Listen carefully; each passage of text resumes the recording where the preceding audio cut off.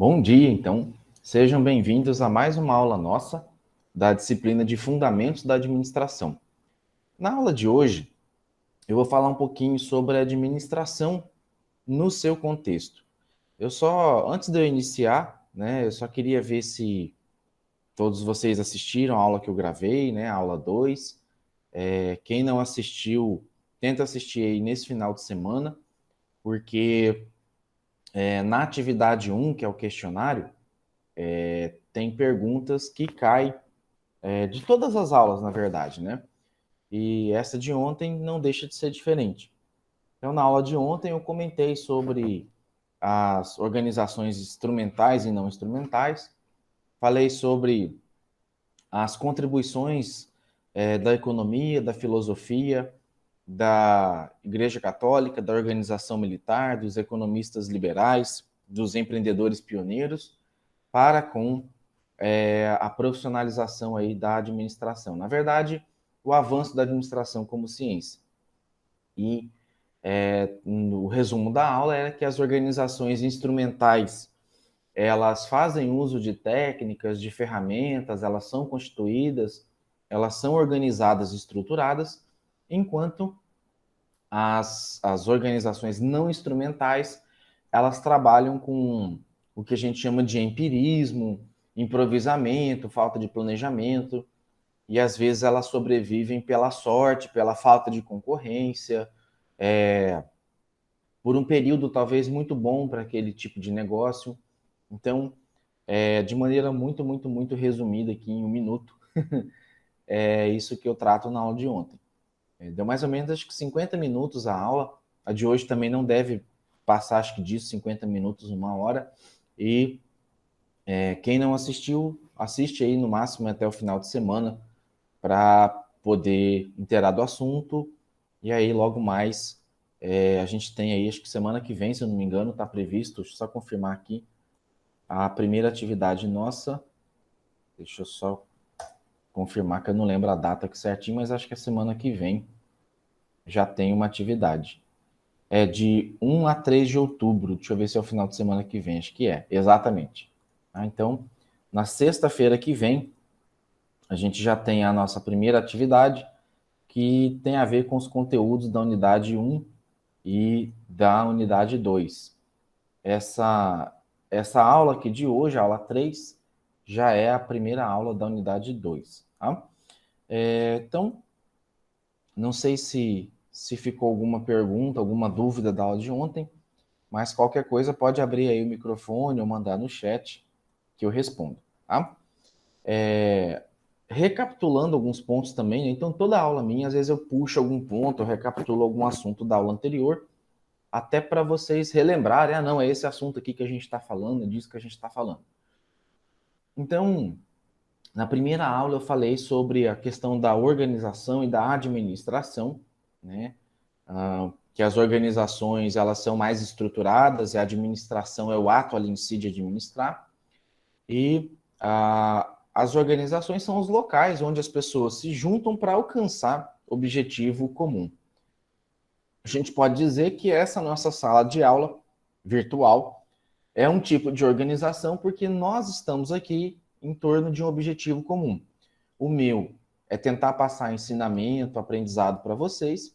O de vocês é obter esse aprendizado, conhecimento como parte de uma estrutura, parte de um componente que vai ajudar no dia a dia, na profissão de vocês.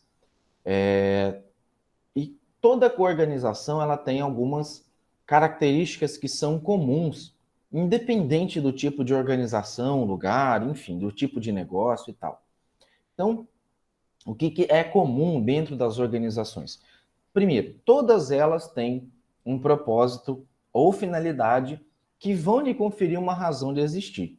Então, muitos de vocês, a finalidade aqui, o propósito é a obtenção de um diploma de ensino superior, estudar numa universidade pública, se formar com qualidade, se formar com segurança para atuar no mercado de trabalho. Então, para quê? Para que isso depois tenha uma melhor qualidade de vida, um crescimento profissional, pessoal. Então, isso é um propósito, uma finalidade, e toda organização seja ela comércio, indústria, serviço, prestação de serviço, tem também um propósito ou uma finalidade. E geralmente essas organizações elas nascem justamente para atender uma necessidade às vezes própria ou uma necessidade que você almeja, ou que você sente que está faltando, e muitas vezes o fato de você querer muito a existência dela é algo que de fato dê a continuidade, a perpetualidade dela ao longo do tempo. Outra característica comum é que as organizações são compostas por pessoas. Bom dia, Claudilene. Então, as organizações elas são compostas por pessoas e isso chega a ser quase que óbvio, né? Como é que você vai ter uma organização que funciona somente com robôs ou com máquinas? Professor, mas está caminhando para isso. É muito provável, mas uma hora esse robô vai precisar de manutenção, uma hora essa máquina vai quebrar. Você dá autonomia para a máquina, né? Mas não pode dar tanta autonomia assim, porque senão, né? Assim, por muito tempo se estudou aí a questão como é que fala? De inteligência artificial, perdão, estou pesquisando um negócio aqui. De inteligência artificial, de fazer com que o próprio computador, a tecnologia, tome determinadas decisões, entendeu? E a ação disso, o fato de você ter uma tecnologia avançada que precise, né, ou que faça as coisas com mais autonomia, não necessariamente dispensa a mão de obra, a necessidade de ter ali pessoas. Outra característica também é que, lógico, existe aí toda uma questão de ficção científica, porém, já teve situações, né? Hoje você tem a Tesla e o Google disputando quem é que vai fazer o carro autônomo primeiro, né? E também algumas empresas, algumas indústrias aí criando robô para tomada de decisão e tal. Bom, na China, não sei se vocês viram uma notícia esse tempo atrás, que 2 robôs com inteligência artificial começaram a contrariar como eles tinham autonomia para tomar decisão, eles começaram a contrariar o interesse da pessoa que o programou para tomar determinadas decisões. Então, assim, eles tinham que ter um determinado comportamento e eles estavam mudando o comportamento deles de maneira artificial e utilizando, na verdade, a inteligência artificial. Outra questão também é que, por mais que você tenha essa tecnologia, por mais que você tenha hoje um carro autônomo, né, muitas pessoas vão se sentir inseguras. Eu não vou querer andar num carro que não tem ninguém ali, eu não confio, né? Ainda mais quando a gente relembra aquele caso do carro que atropelou Ana Maria Braga. Se você fizer uma pesquisa na internet, você vai ver que alguns carros do Google, da Tesla, já se envolveram em acidente. Então, ainda que você tenha essa tecnologia hoje disponível, ela não vai ser tão procurada ou querida por tantas pessoas. Tá? Outra observação também, outra característica também, é que toda organização ela tem uma estrutura que define e especifica, limita qual o comportamento e responsabilidade de cada membro ali da organização. Então, da mesma maneira, pegando, né, continuando o exemplo aqui da sala de aula, vocês vão ter a função de aluno, e eu a de professor, a função da coordenação de curso, dos colegiados, da representação estudantil. Então, cada um faz parte ou compõe uma estrutura e é isso que faz funcionar, né? Então, da mesma maneira que o professor não pode, às vezes, delegar atividade ou competência sua para o aluno, também não pode exigir, não pode cobrar que o aluno exerça alguma atribuição que seja de outra pessoa. Professor, mas quando o aluno vai fazer o seminário, o senhor está delegando. Não, tá? A questão do seminário tem todo, quando, né, aqui vai ser a nossa atividade 3, tem todo um contexto por trás disso, né? Não é conteúdo inédito ou novo, né? E eu quero ver como é que vocês se já atuassem como profissional, não necessariamente como contador, mas se atuasse ali como um gestor para tomada de decisão, agiria mediante determinado caso ou contexto, né? Então, o que vocês vão receber para o seminário são vários casos, e aí você vai tentar entender o contexto ali da organização, vai apresentar o caso, né, o que aconteceu, e o que você fez, o que o grupo fez, o que o grupo decidiu ali. Tá? Então, esses 3 pontos aqui, na verdade tem até outros, mas os que são realmente totalmente comuns são esses 3, que é a questão do propósito, das pessoas e da estrutura. Tá? E aí, relembrando, né, o conceito de administração também, a administração ela é um processo que consiste na coordenação do trabalho desses membros da organização e na alocação. O que é alocar? É distribuir, é encaixar, é colocar ali de maneira organizada os recursos organizacionais para que se alcance os objetivos estabelecidos de forma eficaz, eficiente ou eficiente e eficaz. Né? Então, o conceito de eficácia ele está relacionado ao atingimento, à realização dos objetivos, ao fez ou não fez, tá? E a eficiência está ligado a fazer os resultados eficazes utilizando a menor quantidade de recurso possível, tá?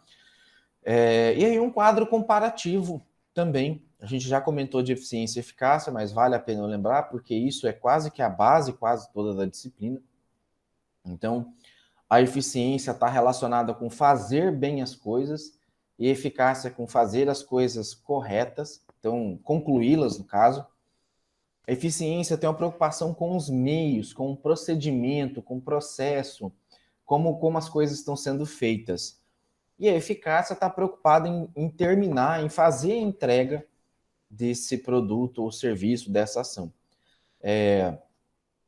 Eu tinha uma colega que estudou comigo no ensino médio, e era só a título de exemplo, né?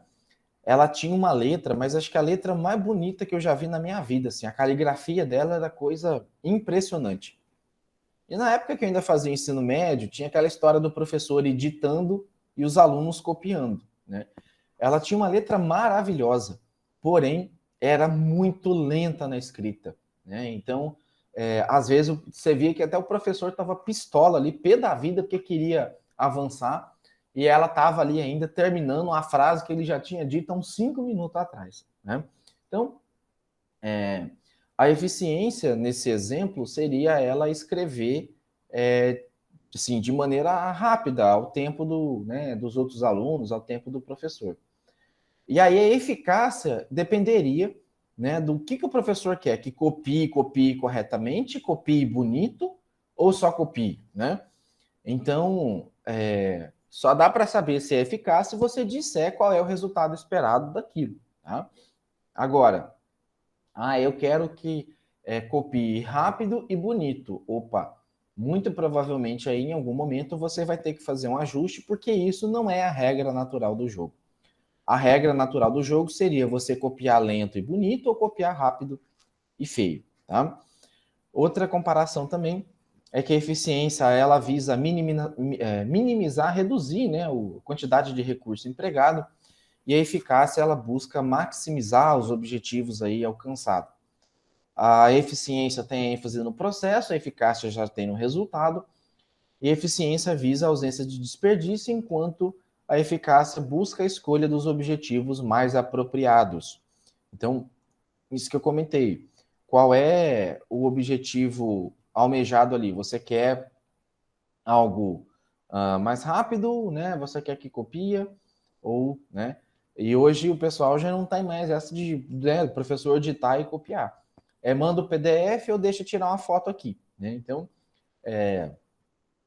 essa questão é raro hoje em dia você encontrar, às vezes, um caderno com anotação, um caderno com né, os detalhes ali da aula. E eu ainda lembro que ainda na minha época de graduação, tinha alguns colegas, eu tinha uma colega que também anotava tudo no caderno dela. Eu já não era tanto assim de anotar, eu anotava os pontos principais, aí tinha hora que eu não lembrava o que eu tinha anotado daquele ponto ali. Aí eu socorria na Wikipédia, no caderno dela, para pegar o detalhamento ali das informações, né? Sim, e aí eu ainda copiava, né? Tinha gente que ia lá na Xerox, tirava a Xerox do caderno e, né, não tinha nem o trabalho de copiar. E aí uma outra dica também que eu dou para vocês é assim, ainda que você copie, ainda que você faça o exercício de escrever, você consegue ter uns 10, 15, 20% de fixação de conteúdo escrevendo. Então, se você só lê, a chance de você fixar conteúdo é muito pequena. Se você ler e escrever, né, você for anotando, ainda que você copie, né, ainda que você copie aquilo que você já tinha copiado no caderno, é uma maneira de você conseguir fixar conteúdo. Tá? Então, relembrando novamente aqui alguns conceitos, né? O administrador ou gestor são pessoas que trabalham de maneira coordenada, dirigindo as atividades de outras pessoas. Eles têm a responsabilidade de ajudar os trabalhadores operacionais a alcançar os objetivos da organização, e eles podem ser classificados pelo nível que cada um ocupa na organização, pelo âmbito das atividades das quais eles são responsáveis. Tá? E aí você tem também a figura dos trabalhadores ou dos funcionários, que são as pessoas que botam a mão na massa mesmo, que executam diretamente ali a tarefa e que não têm a responsabilidade de supervisionar o trabalho de outras pessoas. Então, você tem no nível de administrador ou gestor aquele que toma decisão, orienta, lidera e, entre aspas, fiscaliza, né? E os trabalhadores ou funcionários que são aqueles que executam, que de fato colocam ali a mão na massa. Tá? Esse esqueminha aqui, ele é um esqueminha bem clássico da área da administração e quem é aluno de um curso, às vezes, de administração, vê essa bendita pirâmide o curso inteiro, praticamente em quase todas as disciplinas. Tá? Vocês na Contábeis não vão ver tanto, mas eu preciso explicar, porque isso, caso vocês tenham que ir para dentro de uma organização, vocês vão ter uma noção, uma dimensão melhor do que é, como que isso funciona, tá? Então, aqui você tem, na verdade, a pirâmide, geralmente ela se divide em 3 partes até o nível operacional, tá? O nível de execução, muitas vezes, ele está ligado ao nível operacional aqui, tá? Geralmente são 3 níveis, o estratégico, o tático e o operacional. O operacional é justamente onde está a execução dos trabalhadores, tá? Mas, e eu vou falar de baixo para cima aqui para você poder entender um pouco melhor. O primeiro nível, que é o nível de execução, ele também é chamado de nível operacional, tá? No nível operacional, eu tenho a divisão daqueles que de fato executam as tarefas e daqueles que executam as tarefas e também são responsáveis por repassar as informações advindas do nível tático. Tá? Então, no nível operacional, a gente tem uma atuação operacional específica de uma operação ou tarefa. É o chamado chão de fábrica, é o chamado executor, ou o nível. Por que é a base da pirâmide? Porque é o maior nível dessa pirâmide. Tá? É onde se concentra a maioria da mão de obra. Geralmente é isso que dá a vida, que faz a empresa ou a organização, né, acontecer, e é o pessoal que bota mesmo a mão na massa ali. Tá? No nível tático, você tem uma atuação tática com foco numa unidade ou área funcional. Então, o nível de gerência, que é esse segundo nível, que é o nível intermediário aí, que é o tático, você tem os gerentes, os líderes, as pessoas que vão geralmente cuidar de um determinado departamento de pintura, departamento de produção, departamento de venda, de marketing, de compra, financeiro, RH. Tá? Então, geralmente a cabeça desses departamentos é o gerente, tá? Ou líder, e tem uma diferençazinha aí conceitual de gerência para liderança, que durante a aula aí talvez eu explique um pouquinho mais, não na aula de hoje, mas na próxima, né? E nesse nível de gerência, ele, ele é responsável por receber as informações aqui do nível estratégico, tá? E repassar para o nível operacional, para o pessoal executar. Nisso, esse gerente de nível tático vai receber as demandas do pessoal operacional e vai repassar para o nível estratégico. Então, ele também, o nível tático, é responsável por fazer alguns filtros, né?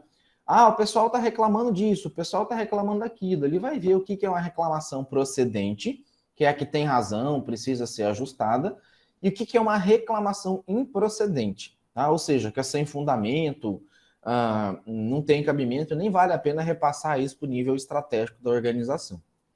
Então, o nível tático, ele também tem uma outra característica, que é a de conduzir, liderar, motivar o pessoal do nível operacional para o alcance dos resultados. Tá? E ele também é responsável, muitas vezes, para frear um pouco o nível estratégico e também para acelerar, às vezes, o nível operacional. Como assim, professor? Olha, às vezes tem empresa que ela apela demais assim na definição de meta. Tá? Ela a cabeça do pessoal do nível estratégico é assim, não, cutuca que vai, né? Pode chinchar ali que ele vai dar conta de fazer. É preguiça, o colaborador é preguiçoso, então tem que forçar mesmo, senão não faz. Bom, às vezes, quando você coloca uma meta muito alta, quase que inalcançável, surreal, isso tem um revés que é a desmotivação do pessoal. Então, o gerente, ele sabe ali mais ou menos qual é o limite, qual é a capacidade da equipe. Então, se ele vê que está sendo passada uma meta muito alta e que por mais que os seus colaboradores se esforcem, façam hora extra, se dediquem, reduzam a hora de almoço, né, deem tudo de si, ele sabe que o pessoal não vai conseguir chegar nessa meta. Ao mesmo tempo, ele também sabe que se às vezes a meta for muito inferior e isso estiver menosprezando, né, o pessoal dele, ele também vai corrigir, vai falar para aumentar. Então, o nível tático, o nível estratégico, ele está muito ligado ao sonho, ao pensamento de longo prazo, à ideia de futuro e tal. O nível tático já é mais pé no chão. Ele tem o histórico de produção, ele sabe o histórico dos seus colaboradores, e no nível tático ele consegue fazer essa fixação, né, esse acordar do sonho, digamos assim, para saber se de fato as metas, os objetivos estão coerentes ou não. Tá? E o nível estratégico são os administradores de topo, geralmente são os donos da empresa ou são os membros acionários. Muitas empresas têm o CEO, que ele não é dono da empresa, mas é ele que dá o caminho, ele que é o cérebro ali, ele que pensa toda a organização, tá? E tem uma atuação estratégica que abrange toda a organização. Lembrando que o nível tático, o gerente de RH não fica dando pitaco no marketing, não fica dando pitaco ali na venda, na produção, tá? Cada um cuida ali, a sua atuação é na sua unidade. Ele pode até falar, recomendar algo de outra unidade, porém, o seu foco, a sua atuação é somente na sua unidade. Diferente do nível estratégico, que já pensa a organização como um todo e deve enxergar a organização como um todo. E o nível estratégico é alimentado pelas informações de um sistema integrado, né?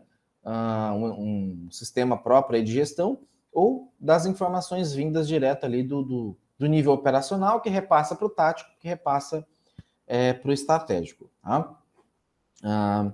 E aí eu apresento para vocês os processos administrativos, ou as 4 funções básicas aí da administração, que é o planejamento, a organização, a direção e o controle. Tá? O Sobral e a Pesce, que são os autores desse material, dessa aula que eu uso hoje, né, do livro, na verdade, que extraiu essa aula de hoje, eles fizeram uma pesquisa e eles tentaram dividir aproximadamente aonde que cada nível desses aí da empresa encaixava dentro das funções administrativas. Então, por exemplo, o nível estratégico, ele tem bem dividido aqui essas funções, porém, o nível estratégico, o maior percentual dele está entre planejar e organizar, aqui a gente tem aproximadamente aí 64%, vou ver se é isso, 64% ele está aqui entre o planejamento e a organização, tá? Vou colocar aqui, 64. Bem feinho, mas dá para tentar entender. Já o nível tático, ele está aqui entre organizar e dirigir. Então, se eu somar aqui, dá 69%, né, mais de 2/3, mais ou menos, se concentra na questão da organização e da direção. Tá? Já o nível operacional, 50% está na fase de direção e se você somar a direção com a organização, que é os dois papéis maiores, chega aí a 75%, né, entre essas duas funções aí de direção e organização. Então, por que eu estou dizendo isso? Cada nível da empresa, ele está ligado com um grupo especial de processos. Vejam que apesar da predominância de cada nível em cada processo, você não deixa de ter os outros níveis ali também aplicados ou envolvidos. Tá? E pode ser também, por exemplo, que a empresa, a organização tenha dentro do nível estratégico uma unidade de controle interno, e nessa unidade de controle interno, o foco dela, os processos dela vão ser justamente no planejamento e no controle. Tá? Então, isso aqui é só superficialmente, é uma média, uma estimativa, isso aqui varia de empresa para empresa também, tá? Mas só para ter uma noção, tá? A administração também, geralmente, ela é dividida, ainda que de maneira informal, em algumas áreas, né? Então, geralmente, você tem a área de recursos humanos, porque toda organização tem pessoas, a área de finanças, compra, venda, entrega, custo e tal, que, né, você não tem como às vezes ter organização sem ter algum tipo de finança, senão ela perde um pouco a característica dela, né? Você vai ter a parte de produção e operação, porque se é uma empresa que tem pessoas e que visa lucro, né, ou visa um objetivo, enfim, ela precisa prestar serviço, ela precisa produzir, enfim, né? E ela precisa comercializar esse tipo de produto. Professor, mas uma instituição pública faz marketing? Instituição pública faz propaganda? Faz sim, tá? Ainda que menos, ainda que pouco, mas principalmente depois do advento das mídias sociais, a própria Unemat, por exemplo, passou a fazer muito uso de assim, um marketing, mas não marketing necessariamente voltado para o comercial. Um marketing voltado para explicar para a população o que é um curso de ensino superior, como é que ela funciona, explicar que ela é gratuita, né? Porque é incrível o que a gente escuta assim de pessoas. Você vai divulgar um curso ali da Unemat, o pessoal, primeira pergunta, quanto custa a mensalidade, né? Então, explicar isso e assim, fazer também um negócio que a gente chama de accountability, que não tem nada a ver com contabilidade, tá? Mas a accountability é um tipo de responsabilização, um tipo de prestação de conta. Então, é você dizer para a sociedade que você tem uma universidade pública, gratuita, que oferece esse tipo de prestação de serviço para a sociedade. Tá? Então, toda organização ela tem essas suas áreas e ainda que às vezes a pessoa do RH também faça a parte de finanças, né? Porque a empresa pequena não adianta, não tem como você montar uma empresa pequena e falar assim, não, tem que ter uma pessoa para cuidar de cada departamento. Não tem sentido, tá? Ela nem vai ter capital, dinheiro para isso, tá? Outra questão também é que o administrador, ele tem alguns papéis que estão relacionados com a sua atuação no dia a dia, né? Então, o primeiro é o papel, a autoridade, né? A gente vai ver em uma das aulas futuras a questão da autoridade explicada por Max Weber, né? Os tipos de autoridade. Você tem duas formas de você ter essa autoridade. Você pode ter uma autoridade formal, que é através de uma portaria, de um documento que constitui aquela pessoa, constitui aquele gestor para ocupar aquele cargo, tá? E você pode ter o papel ali informal. Mas como assim, professor, o papel informal? Às vezes você sabe que ele é o responsável pela empresa, mas não tem papel nenhum ali dizendo que ele é o responsável pela empresa, tá? Então, eu já vi situações em que você tem um pai ou uma mãe ali que é dono de um negócio, né? Ou um casal, enfim, ou duas pessoas e tal, que é dono de um negócio, e aí você tem, às vezes, o filho, né? Ou a filha, que chega ali na empresa e manda o funcionário fazer isso, fazer aquilo. Aí você fala assim, mas peraí, quem que é essa pessoa dentro da estrutura organizacional aqui, né? Quem que é essa pessoa para dar esse tipo de ordem? Então, é muito importante que o administrador, o gestor, defina muito bem os papéis de cada um, porque senão você começa a ter ali uma função, na verdade, um desvio de função, um desvio de finalidade de cada uma das pessoas que ocupam ali o seu papel. E qual que é o problema desse desvio de função ou desvio de responsabilidade? Isso pode gerar ciumeira, isso pode gerar descontentamento, isso pode gerar constrangimento, né? Porque às vezes a pessoa lhe deu uma ordem que não deveria dar ou não poderia dar e ela acabou dando essa ordem, tá? Então, tudo isso precisa ser bem colocado para que não se tenha problema, né? Para que não se tenha confusões, tá? E os papéis que esse gestor pode desenvolver são 3 papéis: os papéis interpessoais, os papéis informacionais e os decisoriais, ou decisórios. Tá? Então, o papel interpessoal que um administrador exerce é de lidar com as relações interpessoais. Então, é a pessoa que vai acalmar ali o ânimo dos colaboradores, é a pessoa que vai motivar se o pessoal estiver desmotivado. Ele é um símbolo, ele é um exemplo, ele é uma liderança ali dentro. Então, esse é o papel interpessoal que ele assume. Às vezes, ele não é o líder, que é a pessoa que deveria fazer isso. Mas ele é uma pessoa tão querida ali dentro que ele acaba assumindo esse papel interpessoal, de apaziguador, de paz e amor, aquele papel de vou resolver, deixa comigo que eu resolvo, né? Então,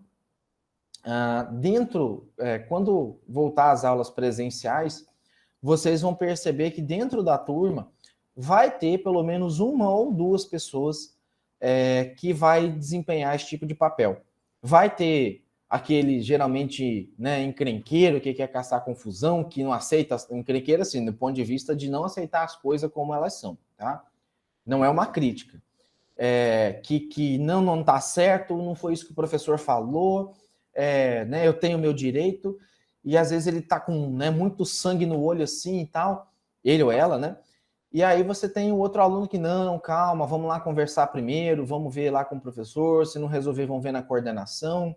Então, você passa a ter um papel interpessoal. Não é o papel desse aluno ou dessa aluna fazer essa intermediação, porém, a característica de liderança vai fazer com que ele assuma esse papel para o bem-estar, para o bom andamento aí das coisas. Tá?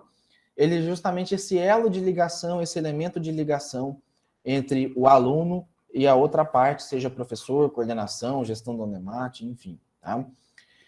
Um outro tipo de papel é o papel informacional. O que é esse papel informacional? É quando o responsável, ou o administrador, ou a pessoa ali, faz o papel de porta-voz, faz o papel de disseminador. Não é ele que toma a decisão, ele só repassa a orientação. Então, tinha um negócio que era muito comum na minha época de graduação, de faculdade, que acontecia, né, com os alunos, vinham os ônibus de fora aí de Mirassol, Quatro Marcos, Araputanga, do Porto Esperidião, e aí o pessoal levantava 4 horas da manhã para estar 4h30 no ponto de ônibus, para chegar às 7 horas, 7h05 na Unemate, às vezes varado de fome, correndo para entrar em sala de aula, chegava em sala de aula, cadê o professor? Cadê o professor? O professor não vinha, né?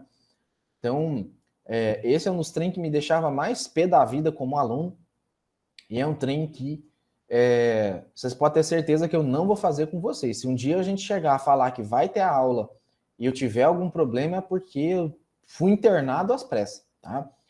E igual aconteceu ontem, né, que eu não consegui fazer aula síncrona porque tinha uma agenda, é porque é uma agenda que eu não tinha como desmarcar, eu tinha um prazo para cumprir até hoje, eu precisava de uma decisão e precisava marcar uma reunião para decidir essa situação. Então, assim, foi excepcional mesmo. No semestre passado eu consegui cumprir todas e não tenho previsão de nenhuma outra aula que não seja síncrona agora até o final, tá? Até porque chega a ser quase que falta de respeito você combinar uma coisa e quase chega a ser falta de respeito combinar uma coisa e fazer outra, tá? Então, do papel informacional é isso. Aí quando eu chegava às vezes, em sala de aula, geralmente já tinha uma colega minha que era a líder da turma e essa colega ela já falava, eu fui lá, tentei contato com o professor, não consegui, fui lá no departamento, o departamento não conseguiu, mas alguém passou o recado que o professor não vem hoje, né? Então, não era essa aluna que decidia, ela apenas informava, né? E era engraçado que o pessoal ia tudo para cima dela, mas como assim? O professor não vem, né? Ela, calma, eu só estou repassando a informação, não sou eu que decidi que o professor não vem, tá? Não viria. Então, não sei se vocês já têm algum líder de sala constituído, mas é importante que vocês tenham, né? Elejam entre vocês, abram uma sala, às vezes, no Meet entre vocês, e aí tentem escolher uma pessoa para ser líder e vice-líder da turma, que são as pessoas que vão ter o contato mais direto com os professores, que são os alunos que vão, às vezes, embandeirar, né, alguma causa de vocês. Isso é importante, essa representatividade, essa liderança é muito importante aí dentro do curso, tá? E você tem também o papel decisório, que é o papel mais empreendedor, é o de solucionador ali um pouco de conflito, é o que administra recurso e é o negociador. Então, o papel decisório, ele é diferente, ele até pode parecer um pouco um papel interpessoal ali, de ser um elo ali de ligação. Porém, a solução de conflito dele não é só interpessoal. Você tem 10 mil reais de conta para pagar essa semana, você só tem 3 mil em caixa e você tem 20 mil a receber, mas não tem garantia que vai receber esse dinheiro. Então, temos um conflito. O papel dele é tentar entrar em contato com os clientes para ver se eles vão pagar em dia e oferecer algum desconto por antecipação, fazer alguma antecipação de algum outro recebível para quitar o boleto, as obrigações dele ali para aquela semana. Tá? Geralmente também é um negociador, né? Então, essa pessoa assume o papel de negociador. Vamos fazer uma prova de todo o conteúdo da disciplina no domingo.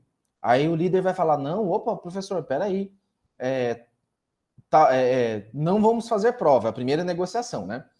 Não, tem que ter a prova. Não, então reduz aí o conteúdo, vamos restringir esse conteúdo aí, né? Então, é uma ação, é um papel de negociador que acaba assumindo dentro da organização. Então, ele vai negociar com o credor, vai negociar com os colaboradores, vai negociar com o cliente, tá? Então, são papéis decisórios que muitas vezes as organizações precisam, e assim, não dá para ter gente indecisa ocupando essa função, tá? O administrador, ainda que às vezes ele precise tomar uma ação rápida, ele não dá para ficar pensando, remoendo muito tempo, ele tem que ser um pouco ágil na tomada de decisão dele, tá? Aqui também tem, né, o grau de importância de cada uma dessas três pessoas, né, de cada um dos papéis dentro de cada nível. Então, por exemplo, no nível operacional, que é o nível que executa as ações, o papel do líder tem um grau de importância muito alto, muito elevado. Porque se ele não liderar corretamente o nível operacional, a produção cai, a produção desperdiça, a produção quebra, tá? Então, o papel de liderança ele é fundamental dentro do nível operacional. No nível tático, ele também predomina o papel de liderança, porém, como eu falei para vocês, ele tem um papel também alto em porta-voz. Ele recebe as demandas do nível estratégico e repassa para o operacional, e recebe do operacional e repassa para o estratégico. E no nível estratégico, o papel de porta-voz, né, de receber e de repassar as informações também do que é para ser feito, e o de monitoramento das ações junto com a liderança, ele é bem equilibrado, bem dividido, tá? Não tem muita sobressalência de um sobre o outro, justamente porque ele tem que entender tudo, ele não pode se sobressair mais em uma determinada área, apesar de sobressair mais como porta-voz. Mas é mais equilibrado do que os outros, tá? Justamente porque ele tem que entender e tem que ver o contexto geral de tudo. Tá? Bom, diante disso, como é que você escolhe as pessoas que vão ocupar cada um desses níveis? Né? Como é que você faz com que essas pessoas ocupem ali determinados cargos ou estratégias dentro, né, espaços dentro da organização? Existe um negócio chamado estudo de habilidades, que ele vem dentro da administração, é conhecido como CHA, ou CHA, que é conhecimento, habilidade e atitude. Tá? O conhecimento, ele significa o acúmulo de informações, experiências, ações e as ideias de cada um. O conhecimento, ele geralmente é restrito à parte teórica do saber de cada um. Então, todo mundo que está aqui assistindo a aula síncrona, né, a maioria está com a câmera, na verdade agora todos estão com a câmera desligada, mas em tese, né, considerando que todo mundo está aqui na sala, todo mundo está prestando atenção e está adquirindo o mesmo conhecimento no mesmo nível. Tá? A habilidade é uma forma diferente de conhecimento, ela na verdade vai pegar o conhecimento e vai traduzir. Alguns vão saber, eu posso falar aqui uma aula inteira de liderança e depois no final medir o nível de liderança de cada um. Cada um vai ter uma habilidade um pouco maior ou menor em determinados itens, não só de relativos ao conhecimento, mas de técnica em si. Né? Então, às vezes a pessoa, igual, por exemplo, eu já tentei, vou pegar um caso aqui. A minha mãe toca, acho que qualquer instrumento, com meia hora que ela ficar com o instrumento na mão, ela consegue discernir muito bem as notas musicais e ela consegue tocar vários instrumentos, sendo que ela nunca fez uma aula desse tipo de instrumento. Né? Eu já fiz aula de violão, já fiz aula de teclado e não consigo, né, não consegui fixar bem essa questão das notas. Então, a gente pode ter tido o mesmo conhecimento, mas a habilidade de cada um é diferente. Tem gente assim, e aí vocês vão ver também, ao longo do curso, tá? Não é A ou B, não é fulano, é ciclano, mas isso tem todos os cursos assim da Unemat. Às vezes é um professor excelente, o cara tem um conteúdo, uma sabedoria assim, muito grande, mas ele não tem a habilidade de repassar o conteúdo, de explicar as coisas de maneira um pouco melhor ou mais didática. E aí, ele é um cara super inteligente, porém, às vezes é conceituado como um professor ruim, um péssimo professor, porque ele não quer ceder, ele não quer melhorar a habilidade dele em dar aula. Tá? É o administrador, cientista e artista que aprende a cada análise sistemática do ambiente da sua volta e que também age de acordo com o seu feeling ou percepção e os insights, que é a compreensão imediata de uma situação. Então, para administrar, é preciso ter habilidades que geralmente são traduções do feeling ou do insight. Tá? O feeling é algo parecido com o sexto sentido, né, feminino. Os homens talvez não saibam, né, nós não sabemos direito o que é isso, mas esse negócio aí, às vezes, pode ser que funcione, né? Então, aquela coisa, tem alguma coisa acontecendo, eu não estou vendo, mas eu sinto que alguma coisa está acontecendo. Então, isso dentro de uma empresa, de uma organização, junto com o insight, que o feeling é você compreender a situação de maneira meio que perceptiva, assim, você monta um quebra-cabeça, monta as partes para entender o todo. O insight, ele já é algo mais imediato, mais rápido. Você vê uma luz, assim, uma ideia rápida na sua cabeça e você, putz, é isso que está acontecendo, tá? Então, um bom administrador, um bom gestor, ele tem que ter ação pelo feeling, né, por essa percepção, e não pode deixar de ficar pensando, não pode deixar de dar atenção para os insights, que é justamente, às vezes, o que vai dar o ponto de partida, o start, para uma mudança até mesmo radical. Tá? Para ocupar algumas posições aí nas empresas, executar os seus papéis e buscar a melhor maneira de administrar, o administrador ou administradora deve conhecer e fazer uso de várias habilidades. O Katz, que a Venato cita, classificou essas habilidades em 3 grandes grupos: habilidade técnica, humana e conceitual. Tá? Então, isso também é uma coisa que quem estuda para concurso costuma cair bastante em concurso, tá? Concurso público aí. Essas habilidades técnicas, elas estão relacionadas mais com a questão operacional, de saber fazer, né? Você acaba pegando ali você acaba pegando aquilo que você adquiriu de conhecimento, né? Ou talvez não necessariamente lendo um livro, mas alguém te ensinou a fazer dessa maneira e você tem uma técnica muito boa, você sabe fazer muito bem, tá? Então, a habilidade técnica, geralmente ela tem uma predominância aqui no nível operacional, ainda que também precise, ainda que ela também se enquadre um pouquinho aqui no nível de gerência intermediário, mas a predominância dela é no nível operacional, tá? Já a habilidade humana, ela está presente em todos os níveis, tanto na alta direção, na gerência intermediária e na supervisão, tá? Porém, a predominância da habilidade humana, né, ou da habilidade de lidar com pessoas, ela é predominante no nível intermediário ou no nível de gerência, tá? Porque é ele que fica ali cuidando, é ele que tem que supervisionar, é ele que tem que, né, entender as justificativas, é ele que tem que resolver conflito. Então, essa habilidade acaba restringindo ali um pouco mais no nível intermediário, apesar de que ela está presente nos outros 2 níveis, né? O nível acima e o nível abaixo dela. E a habilidade conceitual tem a ver com a alta administração, ela tem a ver com conceitos, com pensamentos, com ideias, e tem um pezinho ali, né, na habilidade humana também, no nível de gerência.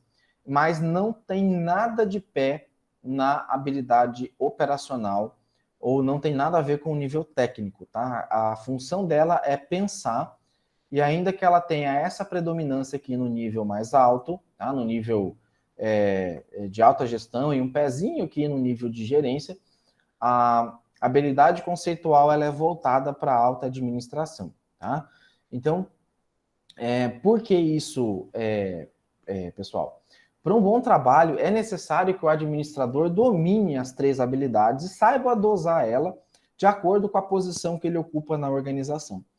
Então, se ele está lá voltado no nível operacional, não adianta ele querer ficar dando ideia, pensando lá longe, que ele não vai ser ouvido, não vai adiantar. As ideias dele vão nascer e morrer ali, tá?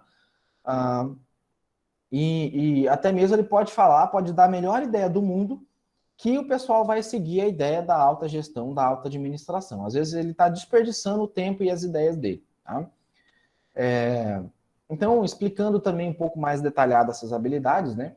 As conceituais, que é o topo, elas são habilidades mentais, intelectuais, necessárias para se obter, analisar, interpretar informações de várias fontes e, a partir daí, tomar decisões complexas. Tá? Então, vejam bem,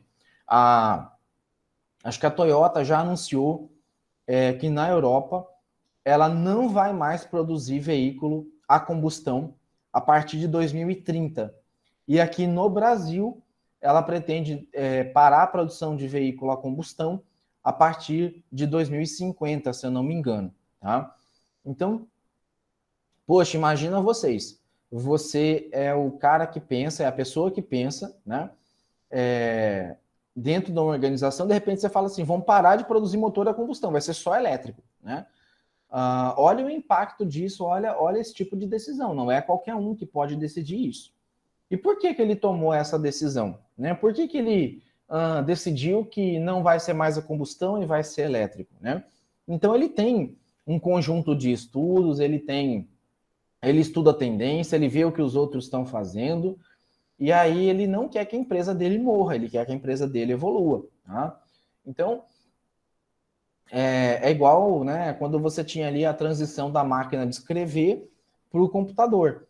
Muita gente aí quebrou apostando na máquina de escrever, achando que computador era muito complexo de usar e que as pessoas não conseguiriam usar. Tá? Então, assim, tudo isso precisa ser pensado e é o nível de habilidade intelectual que define as habilidades conceituais. Tá?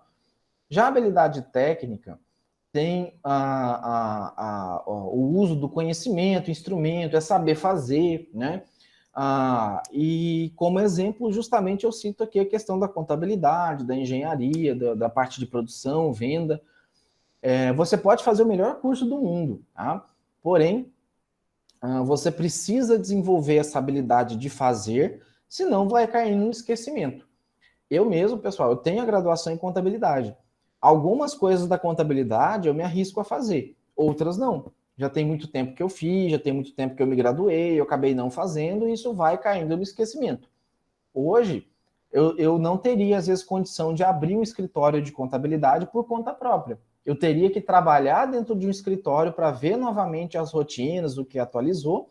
Aí sim eu teria como abrir um escritório próprio para mim, tá? Não que eu não consiga, às vezes eu posso tentar abrir no peito, mas a chance de eu errar e de eu errar algo para um cliente é muito alta.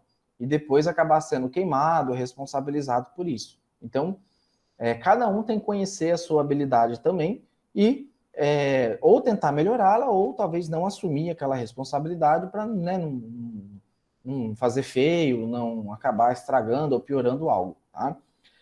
E a habilidade de relações humanas, essa habilidade está relacionada com a capacidade de compreender as outras pessoas e, para com elas, interagir de maneira eficaz. Então, a gente precisa dessa habilidade para manter rede de contato, liderar, motivar, resolver conflito entre as pessoas. Tá?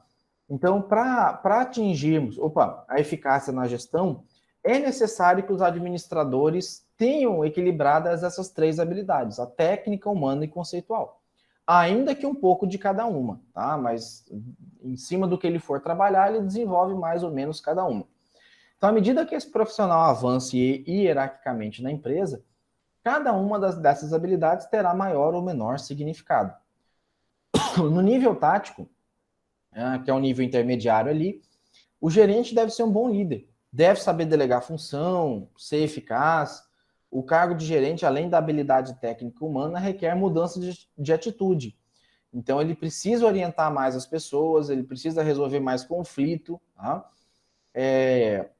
No nível tático, parte-se do princípio de que todo mundo pode ser um líder. Tá? Só que nesse ponto tem um conflito aí entre pensadores da administração. Tem alguns que falam que liderança é algo nato, que já nasce com a pessoa, e que pode ser mais ou menos aperfeiçoado. E tem outros que não, que ainda que a pessoa não nasça com nenhum tipo de liderança, é possível sim formar essa pessoa, tornar ela, né, mediante um conhecimento, mediante forçar ela a praticar, tem como tornar ela um bom líder. Tá? E aquilo que eu falei, alguns pensadores falam que o líder nasce pronto, outros falam que não, que ele não nasce pronto e deve ser moldado. Tá? No caso desse autor que eu estou embasando na aula de hoje, ele fala que o líder não nasce pronto e que ele deve desenvolver as suas habilidades por meio do aprendizado sistemático. Ou seja, contínuo, fazer o tempo todo, vai fazendo e aprendendo, fazendo e aprendendo. E para que essa pessoa colhe em profissionais com mais experiência dentro da empresa para poder contribuir com a formação de novos líderes. Tá?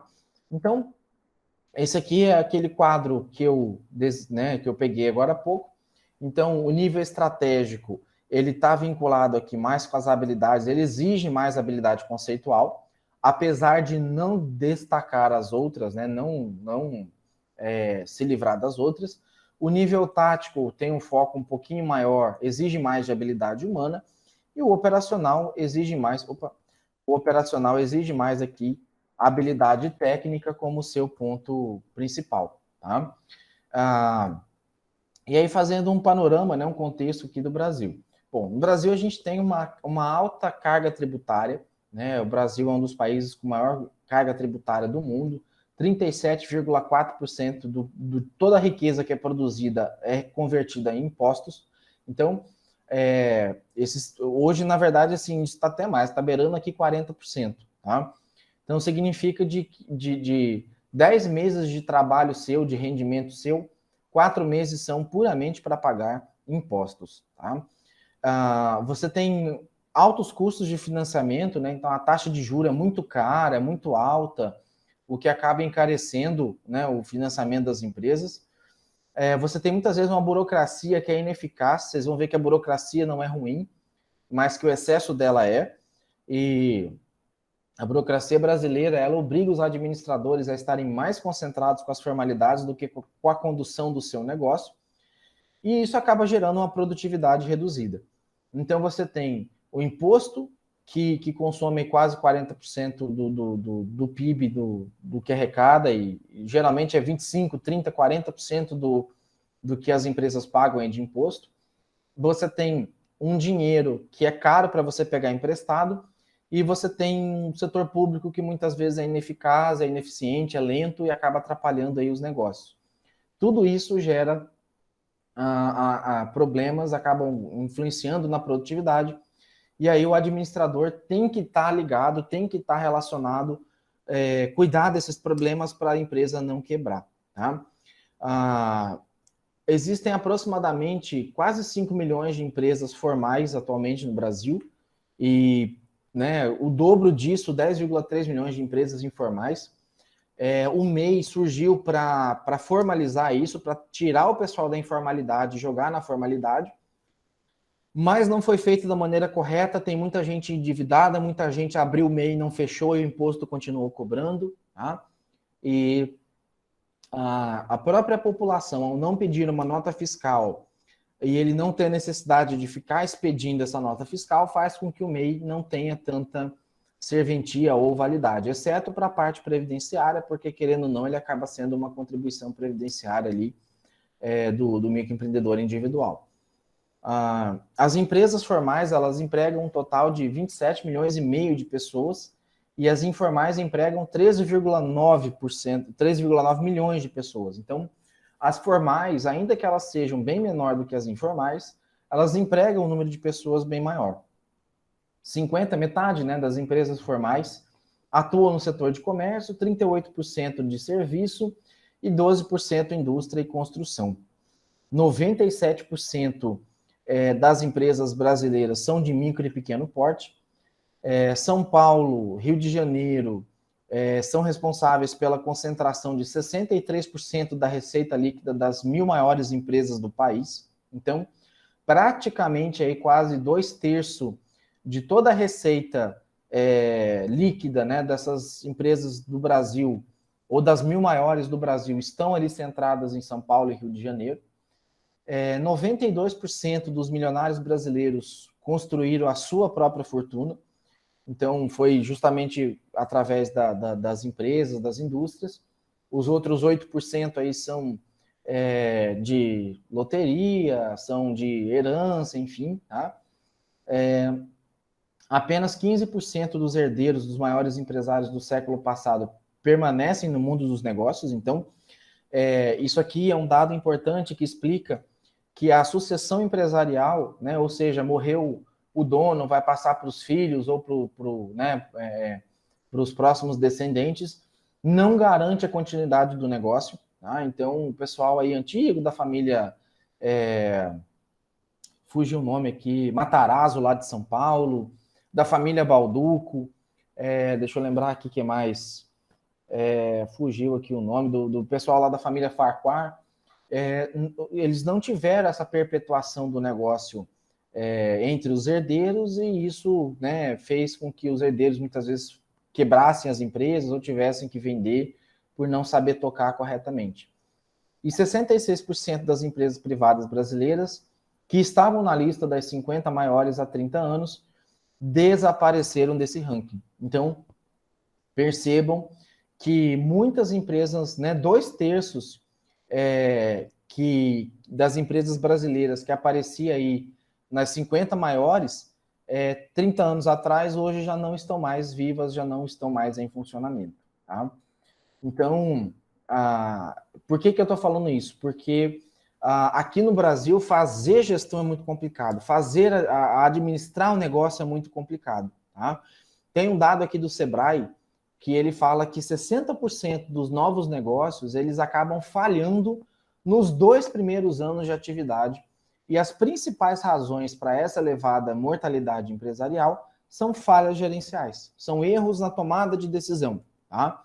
Os custos de uma administração ruim não se limitam ao desperdício de recurso financeiro ou material. Não é só isso que quebra a empresa, mas também o fato de você desperdiçar recurso financeiro e material eleva o custo para a sociedade, faz com que você tenha um produto sendo vendido mais caro do que ele poderia ser vendido, e com isso você acaba fazendo com que as pessoas acabem pagando mais caro, porque você não é eficiente, você não sabe produzir, evitando o desperdício. Tá? Por outro lado, uma vez que quase todo isso, considerando aquele ponto da economia, que diz que, né, a regra da economia é que os recursos são escassos, limitados, e a demanda é ilimitada. Então, você tem esse contraponto aí que o que faz o equilíbrio entre oferta e demanda é justamente o preço. Tá? Uma vez que quase todas as pessoas trabalham em organizações, em algum momento da sua vida serão administradas ou irão administrar o trabalho dos outros. Então, isso também é quase uma certeza. Ou vocês, por algum momento, vão ser administrados, vão ser por alguém, ou vocês vão administrar alguém ao longo do tempo. Tá? E alguns desafios aí da profissão do administrador. Né? Ele é um trabalho complexo e difícil, tem que lidar com pessoas de diferentes experiências, personalidades, conhecimento, ambições. Eu lembro que eu tinha, na empresa da minha família, tinha um funcionário que ele nunca chegava atrasado. O horário era das 7 às 11, das 1 às 5. 5 para as 7 ele estava lá. 5 para 1 da tarde ele estava lá. Né? Ele ficava na porta esperando dar o horário para entrar. Deu 11 horas, eu falava, fulano, eu preciso que você fique 10 minutos a mais aqui para receber uma entrega, uma encomenda. Não, ele não ficava. Ele era rigorosamente pontual com o horário, tanto para entrar quanto para sair. Isso era bom e às vezes era ruim. É bom porque você sabia que você podia contar naquele horário. Era ruim porque se você precisasse de alguma flexibilidade, não teria. Tá? Também, outra dificuldade, outro desafio é ter que conseguir motivar o subordinado em ambiente de incerteza e que ambiente que está em permanente mudança.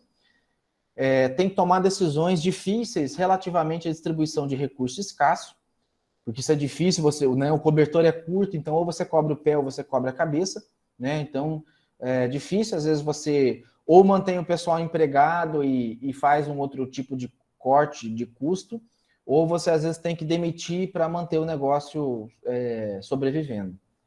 E aí o seu sucesso vai depender do sucesso das outras pessoas. Só que também tem alguns benefícios, né, em ser administrador. Os administradores desempenham um papel mais importante ali da organização, por isso que, como contadores, vocês têm que estar em contato direto com o administrador, para conhecer, para saber como é que funciona, para saber como é que está acontecendo ali. Tá? Gestores de qualidade são uma mercadoria, entre aspas, né, rara no mercado, logo os melhores são muito bem pagos. Então, quanto mais você tiver o seu trabalho valorizado e reconhecido, mais chance de crescer dentro da empresa você vai ter.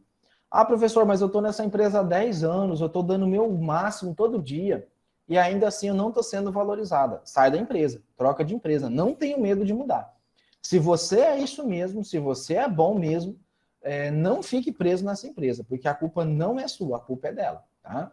E com certeza você vai. Eu sei porque eu tenho vários amigos que são empresários e o que eu mais escuto é eles reclamando que não tem, assim, mão de obra qualificada, competente, e quando ele encontra, ele faz de tudo para manter essa pessoa ali no lugar, tá?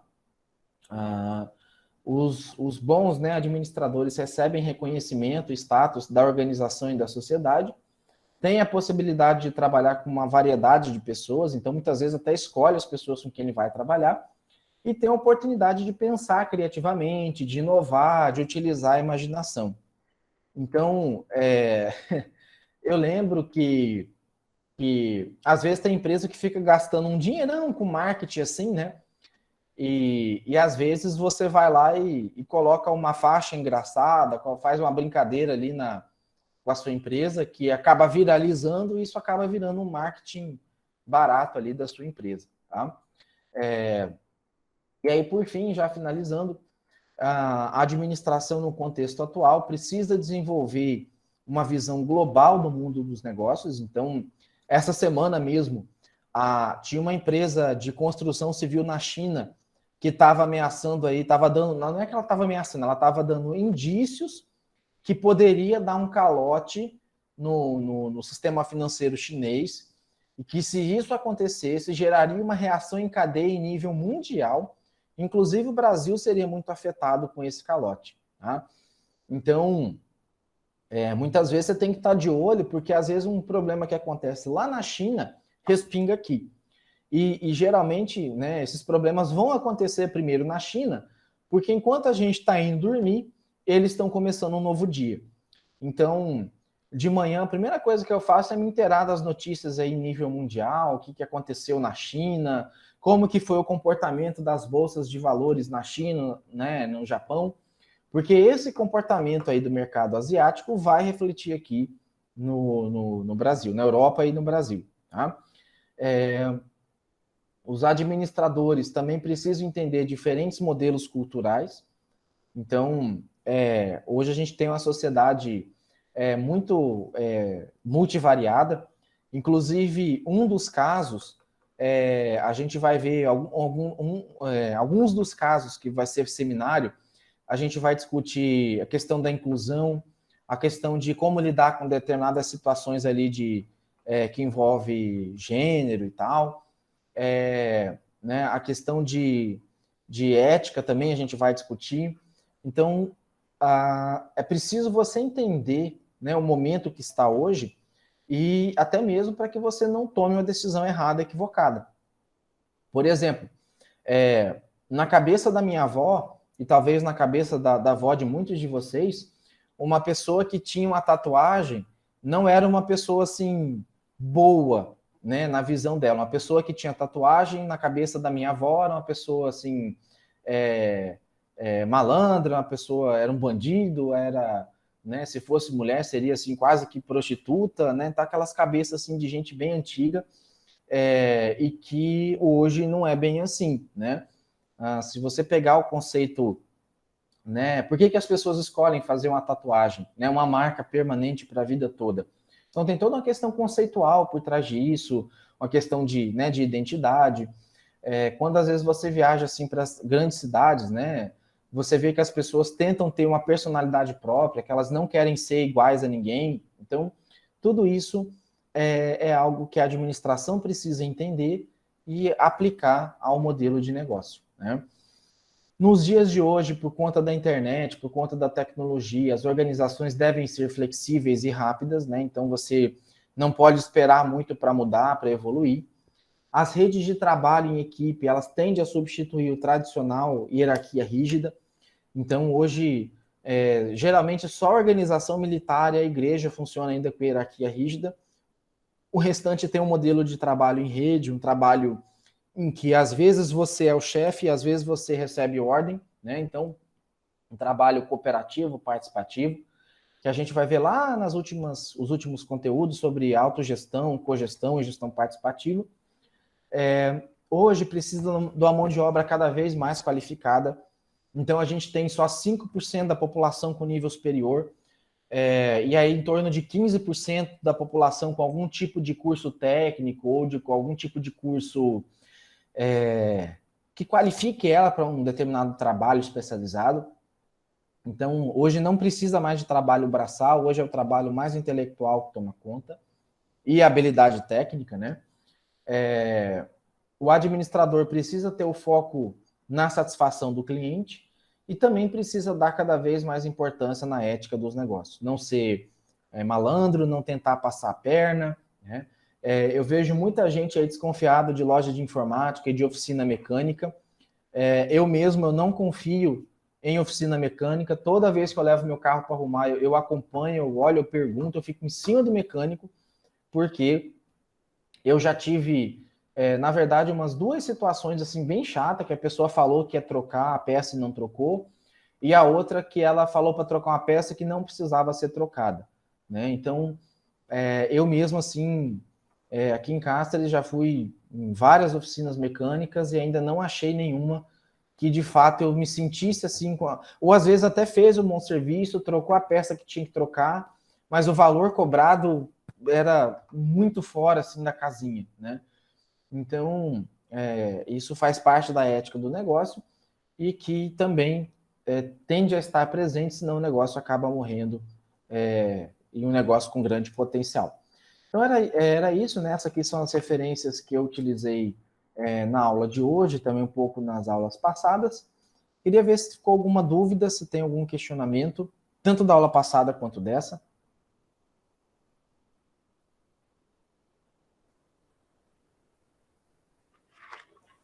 Professor, Oi, Vitória. eu queria ver com o senhor sobre... Calma aí que... Nossa, fugiu da mente agora. É de manhã, tá? Não Queria... esquenta não. Tá sendo. Sobre ver conteúdo por livro, ver conteúdo por leitura. Tem um livro onde o senhor pega como base para fazer os slides e tudo? Ó, tem, então, geralmente eu uso do Chiavenato lá no Cigar Nosso, no finalzinho da página eu tenho lá as referências. Deixa eu só confirmar se importou, mas era para ter importado da disciplina passada. Deixa eu só localizar aqui. Mas lá no final da página, geralmente eu deixo ali as referências, os livros que eu utilizo, tá? Depois eu vou ver se eu compartilho com vocês, talvez até domingo, não garanto hoje, um livro em PDF do Chiavenato, que é o que eu mais utilizo assim para montar as minhas aulas, tá? Na verdade, no final da página, tem lá um PDF chamado Introdução à Teoria Geral da Administração, tá? E tem o link Teoria Geral da Administração, que é o link direto lá da biblioteca virtual, tá? Eu imagino que o link vai abrir direto, do jeito que eu coloquei, era para o link abrir direto se vocês estiverem logado no Eco ou no SIGA, tá? Mas, se não, né, tem o PDF ali também, pelo PDF, ele tem 621 páginas, mas Pouquinho. não é tudo que eu uso, tá? Mas, assim, 85, 88% de todo o material da disciplina eu tirei desse PDF que está no final da página, tá? Certo. Beleza. Joia. Obrigada, professor. Nada. Mais alguma dúvida, pessoal? Sexta-feira, final de semana chegando. Então, eu convido vocês aí a assistirem a aula 2, tá? Para quem não assistiu. Alice, ia falar alguma coisa?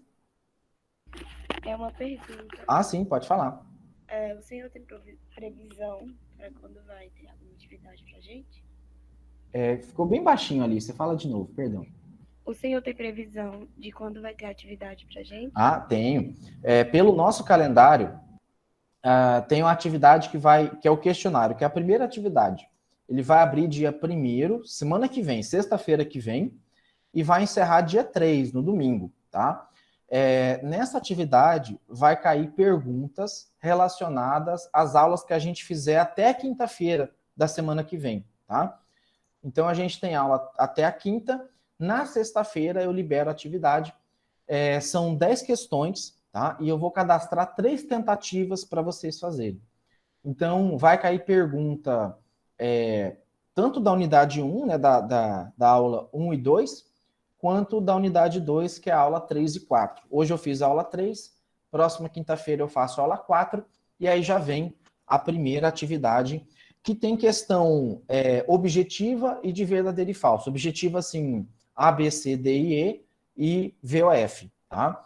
São 3 tentativas, prevalece, a nota final, a nota de vocês vai ser a nota da maior tentativa. Então, não é obrigatório fazer as 3, tá? Mas geralmente eu abro 3 tentativas porque o CIGA às vezes acaba perdendo uma e tal. Então, assim, vocês precisam de uma e eu estou dando outras 2 de chance se tiver algum problema, tá? No caso, se eu fazer as 3 tentativas, o senhor vai considerar a maior nota, né? Isso, a maior nota dentre as 3 tentativas, tá? Ainda que tenha tirado, assim, 9 na primeira, 8 na segunda e 7 na terceira, a nota final que vai para o lançamento é a nota 9, tá? Que é a da primeira tentativa. Certo, professor, obrigada. Nada. E aí, assim, quando eu abrir a atividade, eu também vou avisar lá no grupo, vou mandar um recadinho via SIGA no e-mail de vocês, tá? Não esqueçam de ficar abrindo o e-mail @unemate todo dia, tá? Porque os recados importantes, né? Às vezes eu aviso no WhatsApp, mas primeiro vai no SIGA para depois ir lá no WhatsApp, tá? Então, Cíntia, na minha disciplina, eu não tenho avaliação de presença na aula síncrona, tá? Nenhuma atividade minha é vinculada à presença de vocês na aula síncrona. Então, o que eu estou querendo dizer? Se não tiver como assistir a aula síncrona, não tem nenhum tipo de penalização por não ter assistido ao vivo. É só pegar e assistir a gravada depois, tá? É óbvio que tem que assistir às aulas, porque senão não vai dar conta de fazer, responder as perguntas, fazer as atividades. Tá?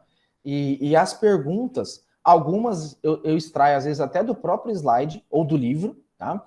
E outras eu pego cenários, contextos, eu dou lá um problema e tem lá a resposta né? E tem lá as alternativas, você tem que escolher aquela resposta daquela situação. E para você chegar na escolha dessa resposta, você tem que ter assistido às aulas para ter a compreensão, para ter o entendimento, para responder, tá? Então, assim, não é obrigatório a frequência, tá?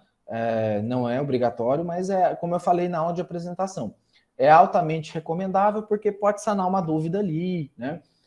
Vocês podem, né, igual você está questionando aqui, né, já fazer alguma pergunta, sanar alguma dúvida. E acho que até domingo também eu termino de postar os materiais da unidade 3 e 4, eu estou revisando eles, que aí vocês já podem ir lendo também com antecedência, já vim para a aula já com as dúvidas, tá certo? Qual vai ser o conteúdo mesmo dessa atividade que você vai passar?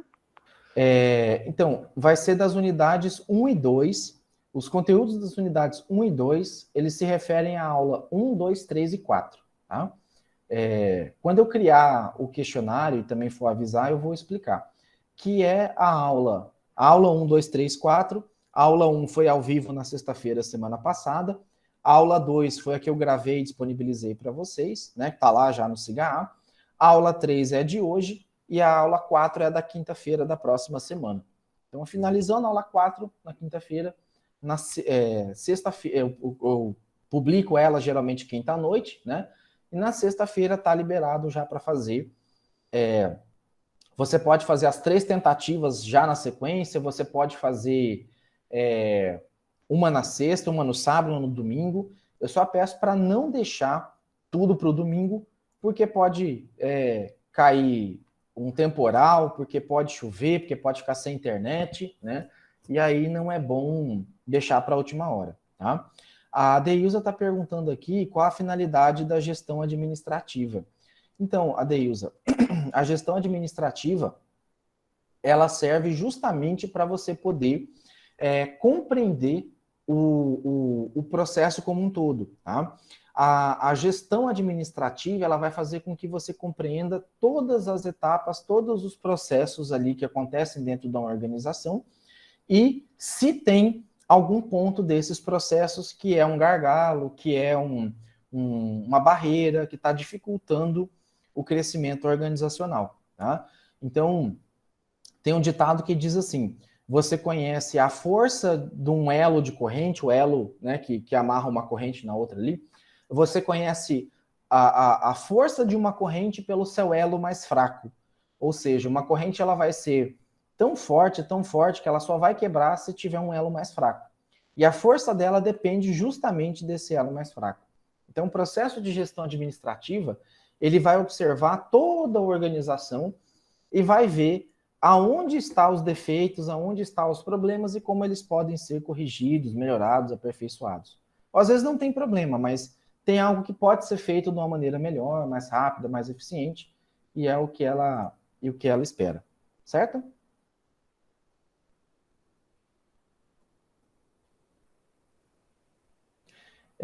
Vou encerrar por aqui então, pessoal, a aula, tá? Se ainda ficar mais alguma dúvida, se ficar mais alguma demanda, pode mandar lá no grupo, no WhatsApp, tá? Deixa eu ver aqui quem que perguntou. A Anne está perguntando se a gente vai ter as 4 aulas síncronas de quinta e sexta. Não, Anne. Na quinta-feira, eu tenho essa síncrona com vocês. Na sexta-feira não tem, fica liberado para vocês fazerem a atividade, tá?